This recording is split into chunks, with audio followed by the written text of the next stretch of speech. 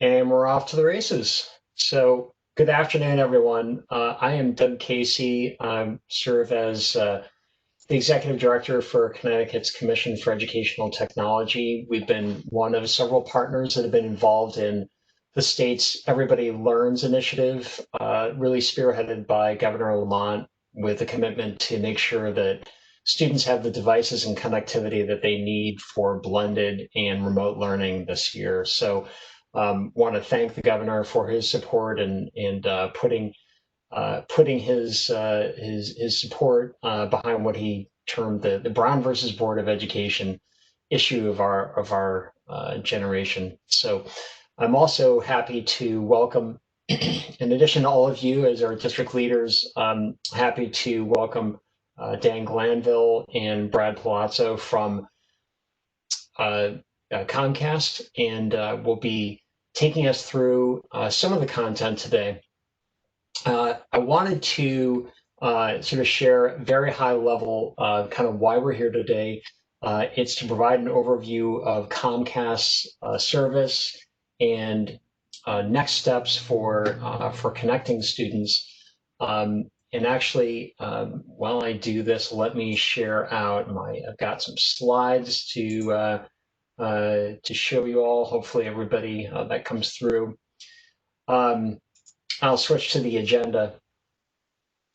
So giving you all an overview of the program, fulfillment steps. I know everybody's eager to get connections for students.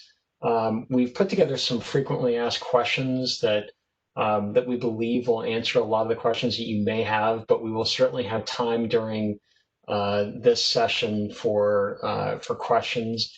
As those questions come up, I would encourage you to put them in the chat window. And that way we can sort of get them queued up and perhaps answer them as we go along. If not, we're hoping to have time at the end. And hopefully we address everybody's concerns. As I mentioned earlier, we are recording this session, so if you need a refresh later on, as soon as the video is rendered, I'll send out a link. I'll also send out a PDF version of the slides that you'll be looking at, so you don't have to worry about hurriedly writing down tons of notes. We'll have all of it there for you in a digital format. After we go through the FAQs, we'll give you the key contacts for Comcast's role in connecting students in Connecticut, and then some additional materials that go into details around the family application process, as well as the documentation that will be needed.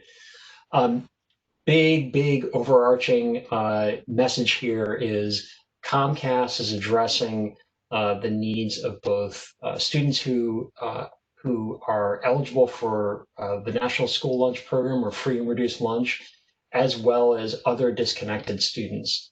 The focus of today's session is going to be on those students who qualify for free and reduced lunch for the National School Lunch Program. So it's not to the exclusion of other kids, but really the details of today's session are focused on those NSLP or other state and federal qualifying programs. So we're doing this because of the process is a little bit different for the National School Lunch, qualifying kids, and because the sort of footprint, the total number of students that we're going to connect through the Internet Essentials program, which we'll get into in a couple of minutes. That footprint, the total number of students is really enormous. So that's our top priority right now. Those are the, sort of the neediest situations, and we'll jump right into it. So with that, I want to hand it over to Brett. Are you going to be taking us through this content here? Yeah. Yes, I am, Doug. Great. All right. Well, take it away for the next couple of slides, I think. Great. Thank you, Doug. And hello, everybody. Good afternoon. Brad Palazzo, as Doug said, with Comcast. I handle Comcast Community Impact in what is our Western New England region. And I also have my colleague and boss on the phone, Dan Glanville, who handles our government, who's our Vice President of Government and Regulatory Affairs for our Western New England region. So we're happy to be partnering with the state on this initiative. This is a program and an initiative that's near and dear to us. Internet Essentials, just to level set for folks, has been around for almost 12 years. So Comcast has been really advocating and working to help close the digital divide for over a decade. And this program to date in Connecticut alone has helped connect more than 92,000 people to the internet, many for the first time. And really, what Internet Essentials is all about, as you can see on the slide, is really to confront the major barriers to internet adoption, which are affordable internet service, low-cost computer, and digital literacy training. And that's exactly what Internet Essentials does. So it provides in the home broadband internet 25/3 for $9.95 a month. As you can see, no contract or credit check, free install, self-install kit, in-home Wi-Fi included, and also, as Doug noted, access to Xfinity Wi-Fi hotspots in the community. Also, they receive a voucher to purchase a low-cost computer for $149.99 plus tax. That's equipped, as you can see, with all the Windows software. That is completely optional. I know many school districts afford their students with a computer that's geared up for what they need to do for school. But if they need another device in the home, definitely an option for them. And then digital literacy training. So we partner with organizations around our region, and specifically in Connecticut, to denote the New Haven Public Library and literacy volunteers of Greater Hartford, who help us execute on in-person digital literacy training. Obviously, in the world we are in currently, in-person is more difficult. So the Internet Essentials web portal also has a wealth of digital skills training information on it. And as we all know, once you're connected to the internet, it opens doors to all kinds of content, Khan Academy. I'm sure there's many tools and resources that you are all very familiar with as educators for students and families. And Doug, you can go to the next slide. And so here, who is eligible for Internet Essentials? So as Doug noted, we're really, with this being a discussion with school leaders, the primary qualifier is the National School Lunch Program. But also, so the program is available essentially to all low-income individuals now. When we launched the program, like I said, a little more than 11 years ago, it was really centered around National School Lunch Program eligible families. But we've since continued to enhance not only the speeds, but also who's eligible over the last decade. And it now includes anyone receiving housing assistance, Medicaid, SNAP, SSI, and others. So that that impacts low-income seniors, low-income veterans, low-income disabled individuals. You don't have to have a National School Lunch Program child in the home to be eligible. You need to live in an area that Comcast has internet service. We're in a significant portion of the state, and as long as you're in an area that we provide service, you would be eligible. Have not had Comcast internet in the last 90 days. That's a key requirement. They could have cable service with Comcast. They could have internet service with another provider. They just can't have had Comcast internet within the last 90 days to be eligible. And households who owe Comcast debt may still qualify if approved by 12/31. So what that means essentially is the last piece of eligibility in a business as usual environment would be if they have debt that is under 1 year, we would ask that they pay that back before they would be eligible to participate in the program. If they had debt that was over 1 year, we would provide amnesty for that debt. But given the pandemic situation that's going on, we've modified that debt parameter to anyone who has debt, no matter what length of time, we're providing amnesty so that they can sign up for the program. We're really trying to make this process as easy as possible. And as Doug noted, the focus here is National School Lunch Program eligible. So all of your students should check that box. Even if they have debt, we'll provide amnesty for it. So that is an automatic check as well. And then really it comes down to, are they in our service territory, or the only other real requirement is they just can't currently have our internet or have had it in the last 90 days. And the next slide, Doug, do you want to cover the fulfillment steps? Or would you like me to go through that?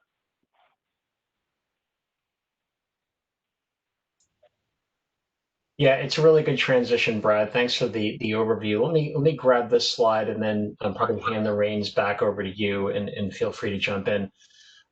This is really important. I'm going to go through these steps, but one significant point that to take away from everybody on the call right now is we have more than 70 schools and districts where every student, because the district level of free and reduced lunch is 40% or more, that means that every single one of those schools and districts, every student is eligible for Internet Essentials. So let me repeat that. If you are in one of those districts with more than 40% or more free and reduced lunch, Comcast is honoring every single one of those students to into the Internet Essentials program. If you're wondering whether you're one of those 70 plus schools and districts, um, the the link that's on the screen in the a couple bullets below, the one that ends in CT-40-NSLP, will give you that listing. Ajit from the Department of Ed gave me that updated listing. So I'm not I don't want to detract from the next few comments I'm going to make, but I just want to reinforce the fact that there are many schools and districts where every student is eligible. So let me take you through this slide, and then, as I said, I think probably hand things over back over to Brad. But um, the fulfillment steps that we want you to take. And we understand that districts have been asked for survey response data since April and several times over, but we're going to ask you one more time um, to complete a what we believe is a very simple form that's in that bit.ly link, the ELI-Comcast link.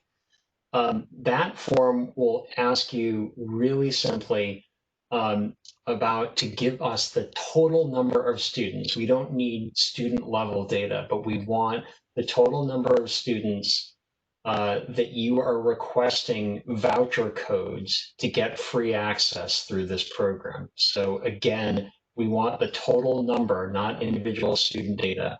Just put a number in for those districts that are 40% or more free and reduced lunch student populations. That means potentially every single one of your students. But here's a big caveat: we do not want you to include in that count students that you know for sure already have an internet access through some other means. And that could be that you've already received and deployed a Khajiit to that household, a hotspot, or another form of hotspot that you've purchased independently of the state's program. It could be a family that you absolutely know has an internet connection at home because teachers have been calling and checking in, or some other means you know. So, to be clear, we're looking for every single student that you know for sure needs an internet connection, or that you're not quite sure but you think might be. We'd rather cast that wide net. And we'll go into the details later, but to summarize again, in that form that you complete, we want all students that for sure need an internet connection or probably need an internet connection. So we're going to leave it to you. You know those kids that you've already connected one way or the other. You know those kids that you for sure, that are for sure connected through their own families. But anybody else that you know certainly does not have a connection or might not have a connection, add those to your total. Okay. So the form there is available. It's live. It's pre-populated with the schools and districts that are in the Comcast area. If for any reason you're not sure how to complete that form, just email me and I can help you with it. So that's the first step is, again, fill out this form. We'd like you to get that done this week so that we can start processing those voucher codes. Once you submit that data and we collect it all, we're going to give those totals by district and school. And I say school because we have some charter schools probably on the line as well. We'll give Comcast those total students. Comcast is then going to take a look at those totals and turn around the voucher codes within a few business days, 3 to 4 business days. Give the codes back to me, and then I will be able to get those codes back out to you, the district. So we're looking at within the next, I would say, conservatively week or so, after we get the data from all of you as to the total number of vouchers that you're looking for, we'll be able to turn around those voucher codes and get them back to you. You'll then be responsible for getting those out to the families. And so as you think about the total number of students that you need to connect through this program, also be prepared to distribute what will be a collection of PDF forms, one per family, that will get them online. It'll have that voucher code in there. So um, so that is sort of the overview of the high-level overview of those fulfillment steps. Brad, let me hand it over to you because I think you're going to talk for a little bit about the kind of the parent or the family user experience. Correct? Yes, that's correct, Doug. That's perfect. Good transition. Thank you. And yeah, to Doug's point, the number of students, total number of students, it's critical that it's folks that need service. And as Doug said, once you get those to him, he'll get the totals to us here at Comcast, and then we, roughly 3 to 4 business days, will turn around individual PDFs for each school district, or in the case of a charter school, as Doug said, a school. And we'll ship those to Doug, and Doug will ship those out to you. And basically what you'll ultimately get is a PDF of, if you requested 100 codes, a PDF with 100 form letters that are in it that are all the same. The only difference will be the code. And then what you'll want to do is separate those out, and either if you have a blended learning model where you do have the kids coming into school, give it to them or give it to their parent. I would also suggest emailing it to their parent so that it gets in the right hands. And then, as Doug said, I'll kind of walk through very high level. I won't go into a tremendous amount of detail, but in the deck, which Doug's correct, we will provide it out to everybody. There is a very detailed step-by-step process for what the family would see, so that you're a little bit more up to speed if they should ask you any questions at a school level or a district level about the sign-up process and how that would work. But essentially that voucher code, that code that they will get, that is the key piece of information for when they sign up for the program that will map them back to the state to pay for their service for a year. And then after that year, they will be their own standalone account for Internet Essentials at the regular $9.95 plus tax rate. And they can then make that determination at that point if they want to continue the service, or they could cancel the service. And we will notify them months in advance that is happening. I just wanted to give you a picture of down the road. Clearly, we're at the beginning here of connecting the folks, but wanted to kind of let you know big picture what it will look like. And in terms of the application process, it's pretty simple.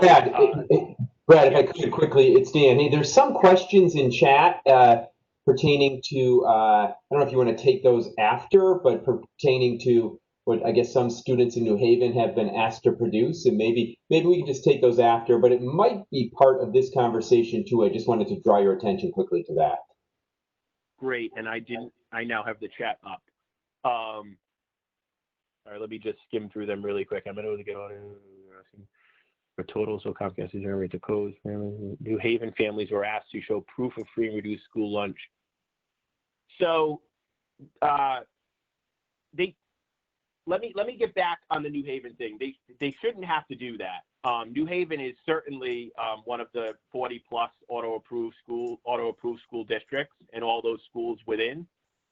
So when those families call up, they should not have to provide any documentation that they're a part of the National School Lunch Program. So maybe, Doug, we can maybe take that one offline, and you can help me follow up directly with the individual who was asking the question from New Haven. I'd be happy to talk more with them in detail and find out specifically what happened in that instance. But that shouldn't be the case. Anybody that's in a school that's greater than 40% National School Lunch Program eligibility should essentially bypass that step. Thanks, Dan, for calling that to my attention. And really, the 3 easy steps essentially. So they can apply online. You'll see on the right-hand side in the slides below that we won't go through, but you'll receive.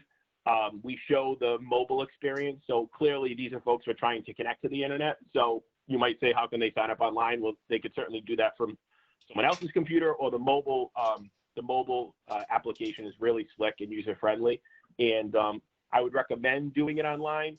It's certainly the most expedited pathway for them, but they could certainly always call us, and the number will be listed in the following slide and on the communication materials that you would receive and ultimately give out to the family. So they can either do it online or they can do it on the phone. And number 2, it talks about submitting proof of eligibility. That's just kind of talking globally. In this sense, they should not have to provide any additional documentation other than the school that they attend, which in this case would be in the greater than 40% universe, and that would kind of move them through the through the process. There will be a serviceability check to make sure that they're in our service area and that they can take service. They'll obviously check as well for one of the other pieces I mentioned, that they're not a current Comcast internet subscriber, or they haven't had it in the last 90 days. And once they pass those 2 additional checks, they will be approved, and a self-install kit is sent directly to them, which includes their Wi-Fi router and instructions on how to set it up. And that usually arrives in, I think, 4 to 5 business days from the completion of the application. And again, the step-by-step process below takes you through exactly what a family would see step-by-step. The next slide, we start to talk about some of the program FAQs. Doug, you want me to handle these? Yeah, Brad, that'd be great. Great. So what do the families get? As we talked about, they're going to get 25x3 broadband internet connections. They get a wireless router so they can connect other devices in the home.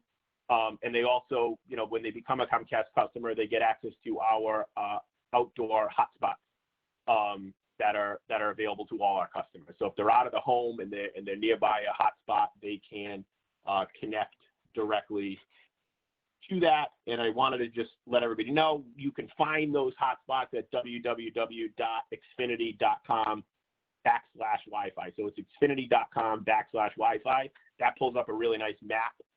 You put in a zip code or address, it pulls up a really nice map of where those are located. And that's totally a secondary benefit to being a Comcast customer and an Internet Essentials customer. Obviously, the connection in the home is most important and what the students need. But if they happen to be out of the home, they could also jump on that additional connection. And then whom do I contact if I need more Internet Essentials codes? So as Doug said, you're initially going to complete that voucher code request form upfront with the total number so that we get the counts correctly, and then we can produce those codes. And then as you need them, I think Doug will work directly with you beyond that initial wave. If you determine that there are, families move into the district that don't have it and you don't have any more codes left, or you find out more kids don't have it than you thought, whatever the case may be, Doug will work with you on a process to complete that form on a, not an everyday basis, or maybe a week or whatever basis, so that he can collect the data at a state level and then send it back to us so that we can produce more codes if they are needed. In the next slide, in the FAQs, So can I reuse the codes for a family that are not approved for Internet Essentials? No. So they're single-use promotion codes. So you would give that out to a family, and then that is the families to use to sign up for the program. We should note, because I don't think we did, this offer from the state expires on December 31st, 2020. So any family holding a code between when they get handed out, they have until December 31st, 2020. Hopefully they leverage that code immediately, because the whole point here is for connection during the school year. But just know and be aware of that fact, so that families know that those codes will expire on December 31st and they won't be usable if they haven't already used it. And then again, if additional codes, Doug will work out a process. How does Comcast handle requests from families for additional? Actually, Brad, let me just pause. Yep. Let me just pause here, just to be super clear. Sign up deadline is the end of the calendar year, but this program is going to provide connectivity through the rest of the school year. Okay, so nobody's getting taken offline on December 31st. This is just to have a window for signups. Correct. Thank you, Doug. And how does Comcast handle requests from families for additional services? So, you know, high level, when these families sign up, they are a account under the hierarchy biller of the state. So they function as their own account. So they have the ability to upgrade services and add things, but that is completely at the family's expense. The state is only covering the $9.95 internet service. So, you know, again, just in your conversations with these families, make it known to them.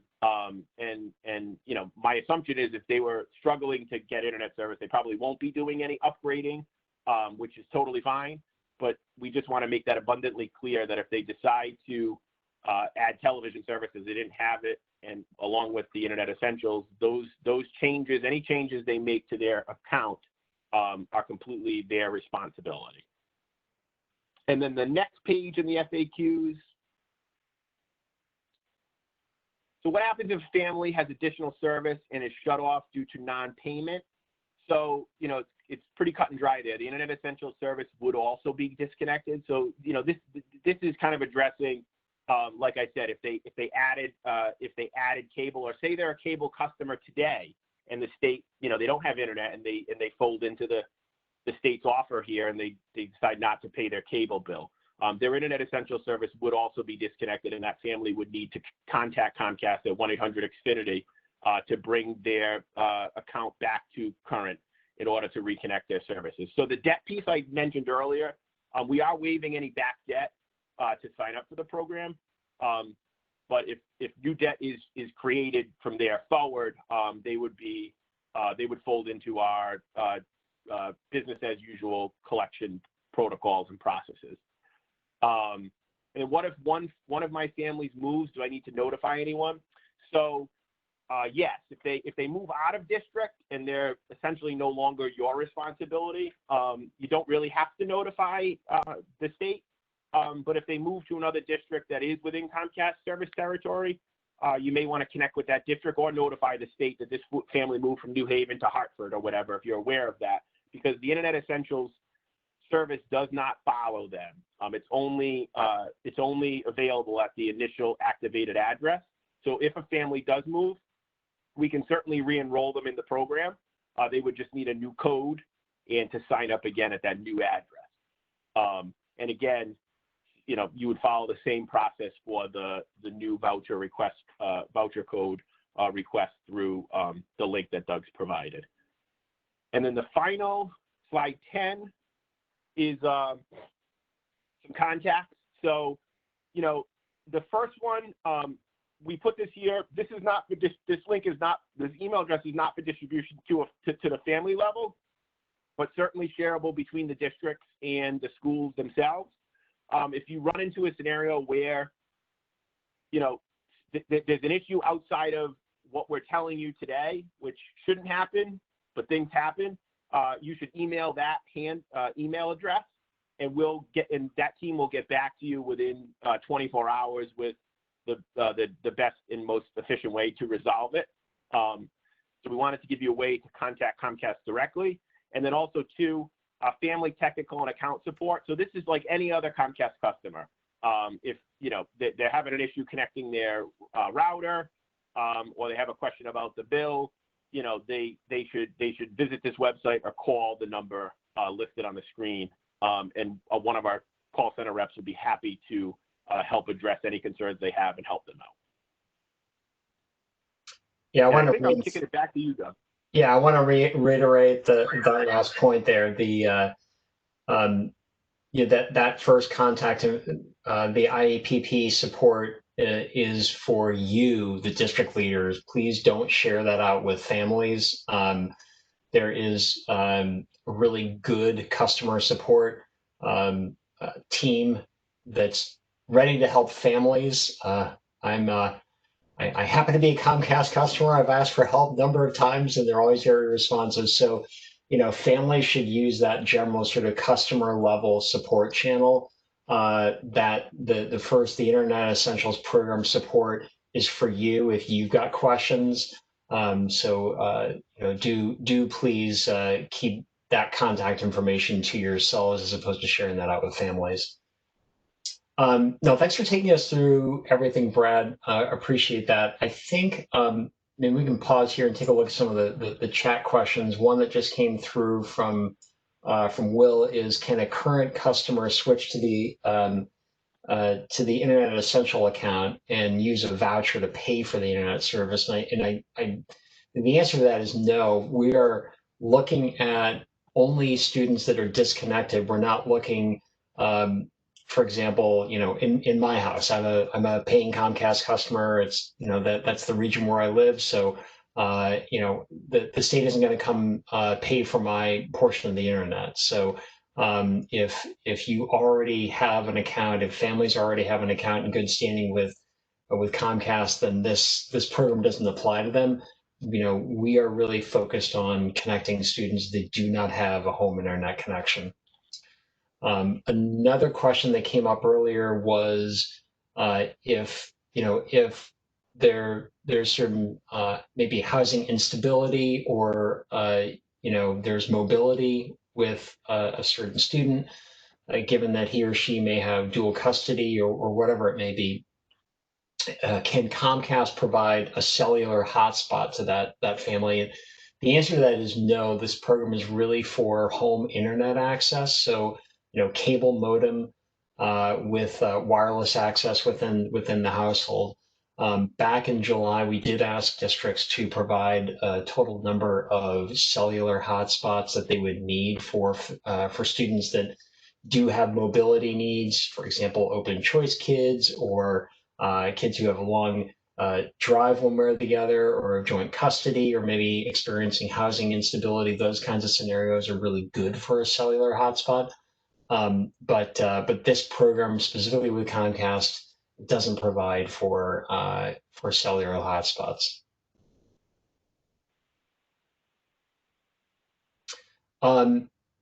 So Katrina, I see your comment that it's about the current customer switching to Internet Essentials. Look, let me be clear. If they're a current customer in good standing, then I understand, like, we're not sort of paying for people who already can afford to pay. But Brad and Dan, kick me under the table here for correction, whatever. But if there are families who have come across job loss or some other financial hardship, we do want to be able to cover for those. To be clear, I would want to see those totals included in the numbers that you provide. And I'm talking to the district leaders here. I would want to include all the real needs for vouchers in the totals that you provide into that form that we shared earlier. But Brad and Dan threw me up on that one. Well, I can address it, Doug. Thanks. I think it's a good question. The program is over a decade old, and it started as Internet Essentials for really to solve the digital divide issues that exist not only in Connecticut, but across our footprint and across the country. And it's had good success over that. And the goal of the program was to solve for those that didn't have a connection to the internet. So that is why the 3-month requirement is in there. And if an individual has service, it's really not designed to transition that individual to Internet Essentials. If there were an instance that took place where somebody did have a cut in service during that period, for that 3-month period, they would qualify for Internet Essentials. But that's how the program was set up, and really set up to solve that really functional issue of access to the internet. Hope that answers your question, Doug. Yeah. Yeah, but a couple other questions coming through. Does the account allow them to access Xfinity neighborhood hotspots? Absolutely. So, Yep. qualifying families, and again, I want to reiterate, I've said this a couple times already, this session is really for Internet Essentials students. We will have more information and or another session about non-IE qualifying students, sort of, your students who are disconnected but don't qualify for Internet Essentials. We are covering them as well. But again, the vast footprint of the number of students that need connections do qualify for the Internet Essentials. That's why we're focusing on that today. But back to the question is, yes, these students and their families will be Comcast customers through this program, which means they can access any Xfinity hotspot or Xfinity access point that they find in their communities nationwide. Absolutely. And another question that came up is Comcast going to connect the residents if there isn't a current connection? So the hope is I yes. can take that one, Doug. Yeah, go ahead. Yeah, so and Dan, feel free to jump in as needed, but these folks have to be in our footprint and have to be on our cable plan. So we're not we're not going to do line extensions or bringing service to a specific household if service isn't already there. What we would do beyond the professional install is if we determine, and this is only for the Internet Essentials program, if we, Comcast, determine that there is service available, but it's never been activated there, or if it's been some time since that address, let's call it an apartment, has had service, we would provide a professional install at no charge, only for Internet Essentials. But if a customer that is able to receive a self-install kit, but is simply just desiring a professional install because they're not confident that they could do the self-install kit, which I will say is very easy, and they ask specifically for a professional install, then that individual would be charged for the professional install, and the state is not covering that, so the family would have to pay that amount.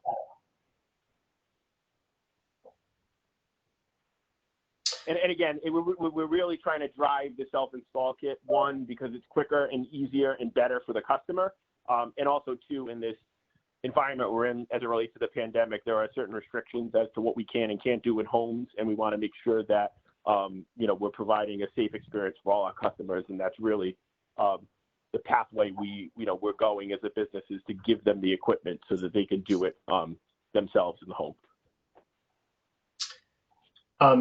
I am seeing in the chat, in my email inbox, people are using all methods to communicate. A lot of examples of outliers and what ifs and combinations of needs across hotspots and cable broadband connections. I want to make this really crystal clear.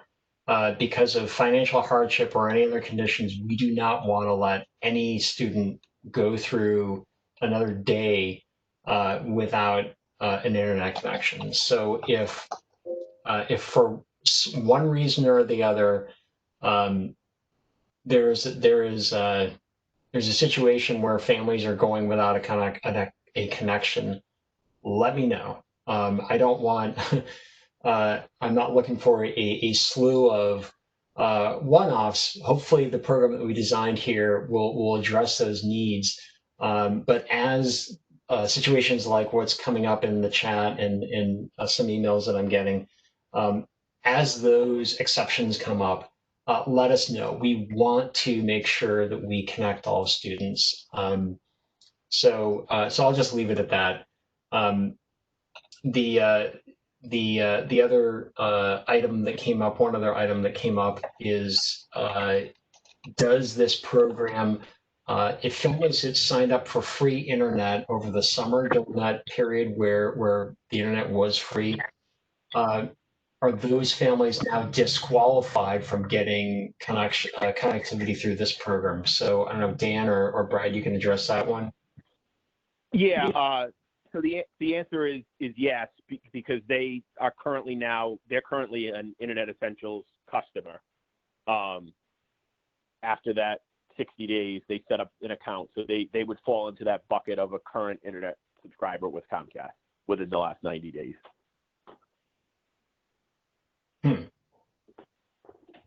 Okay. Well, I would encourage districts that know of families that are being disconnected or soon to be disconnected, include those totals in there. I would not want anyone who's experiencing a need, who's going to be cut off in the near future to go without. So let's address those as they come up. Yeah, and Doug, we have a. Go ahead. Yeah, sure. We have a very liberal program with regard to how we would implement disconnection with regard to Internet Essentials. So there should not be anybody who signed up for the program recently who got the 2 months for free and has been continuing the program that is in a disconnection status. So if there are, Brad and I would like to hear about that so that we can discuss it. But that's not the case. As a matter of fact, in some cases, we have been issuing credits to the accounts to prevent that disconnection from happening. Yeah.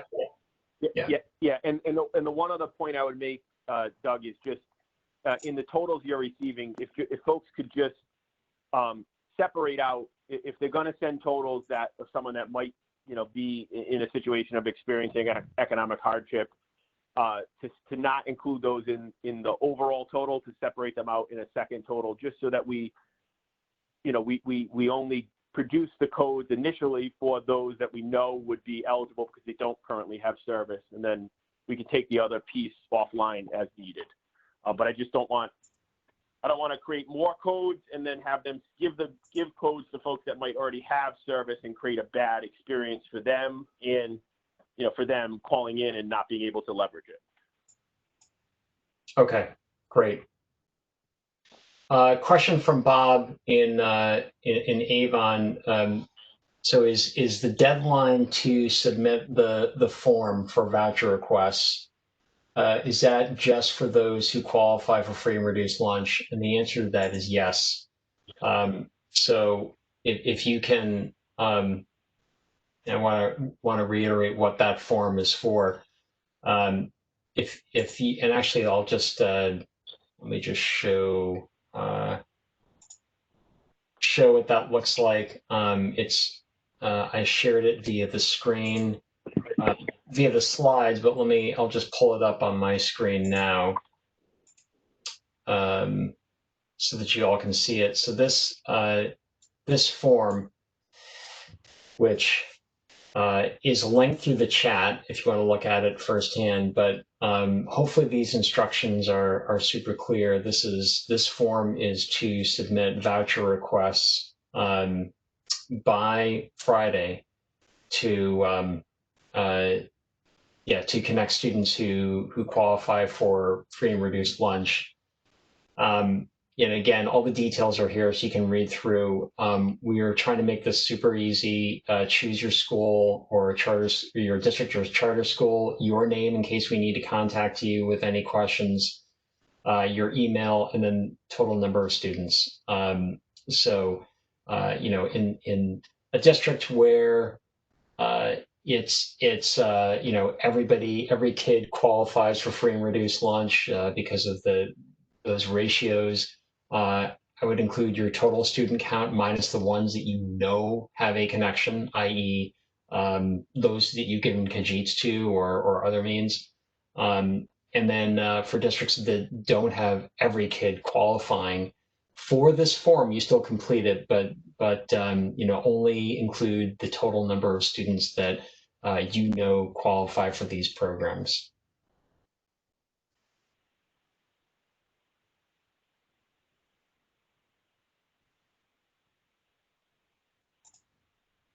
So let's see if there are any other questions. And I can address one that just came in. The computer offer is completely optional, so they do not need to purchase a computer. So if they need one, they can certainly purchase it. If they don't, they can simply just sign up for the Internet Essentials service, and that's it.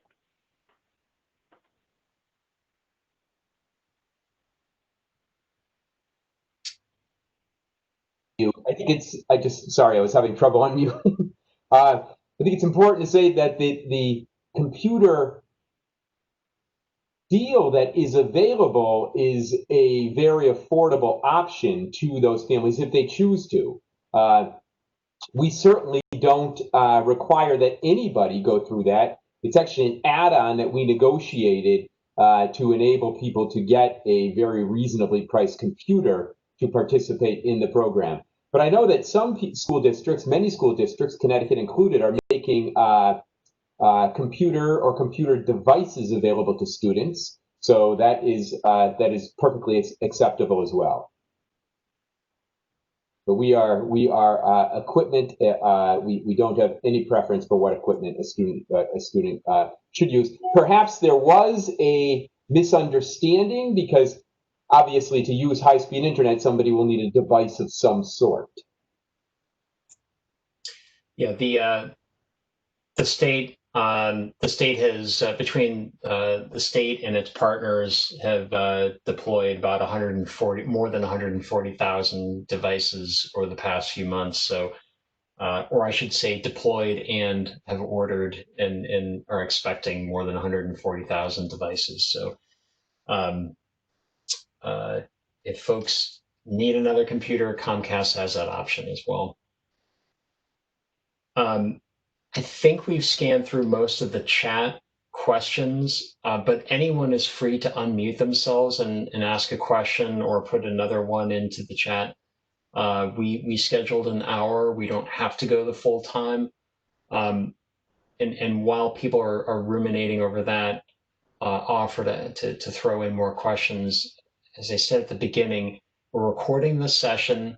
I will be sending out a link to the recording once it finishes rendering and all that other good stuff. And I will be sending out a link to, or I will be sending out a copy of the slides here, which we've gone through a portion of these, but there are a good number of other slides that sort of take you through that registration and validation or eligibility experience, what the families will be looking at.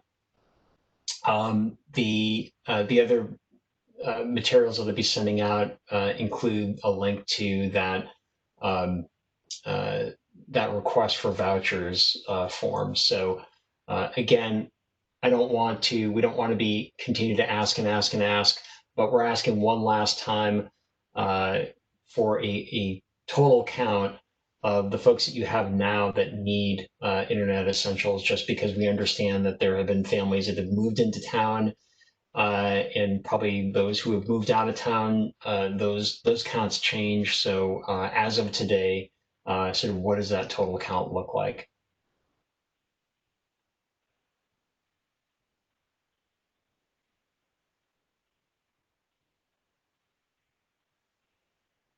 So are there any other last questions for Brad, Dan, me?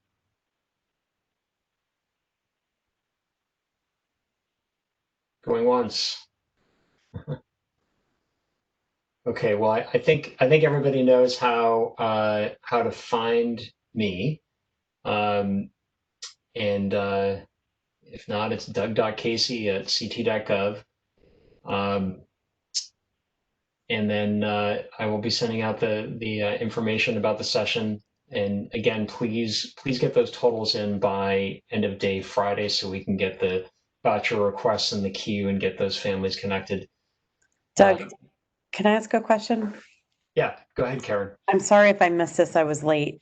After this Friday, this is due, what is the timeline for this whole process? Like, I mean, I'm assuming we aren't getting vouchers Monday, so there's a time lag for that, and then install and everything else. I just would like to be able to tell my superintendent and families what this timeline looks like.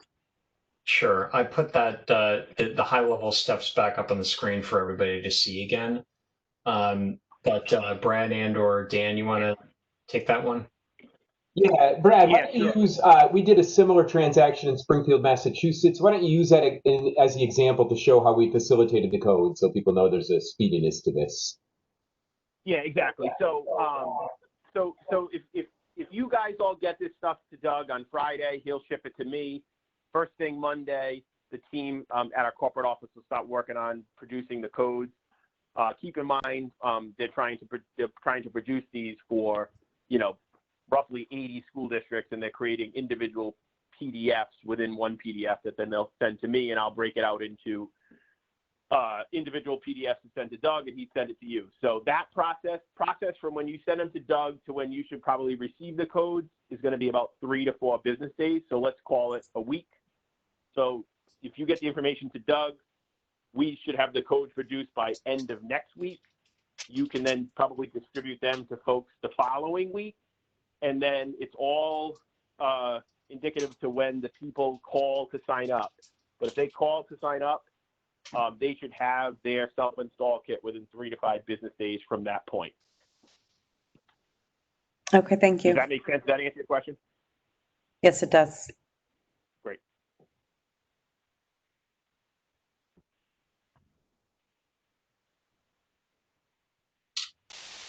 Any other questions? All right, super. Well, I'll send all the materials out probably tomorrow morning, depending on how long it takes the video to render. And in the meantime, the link that's up on screen right now, that bit.ly link is live. And if you have your data, please go ahead and submit that. If you need a couple days to go figure it out, by all means, but we are asking for you all to submit those totals by end of day Friday. So with that, I will thank you all for joining. Dan, Brad, thank you for being here today, walking us through this, and I wish you all a great rest of the afternoon. Hey, a big thanks to Doug, too, for leading this. He really pushed it along, so thank you, Doug. Yes, Doug. My pleasure. Let's get those kids online. Take good care, everybody. Have a good afternoon. Take care. Bye-bye.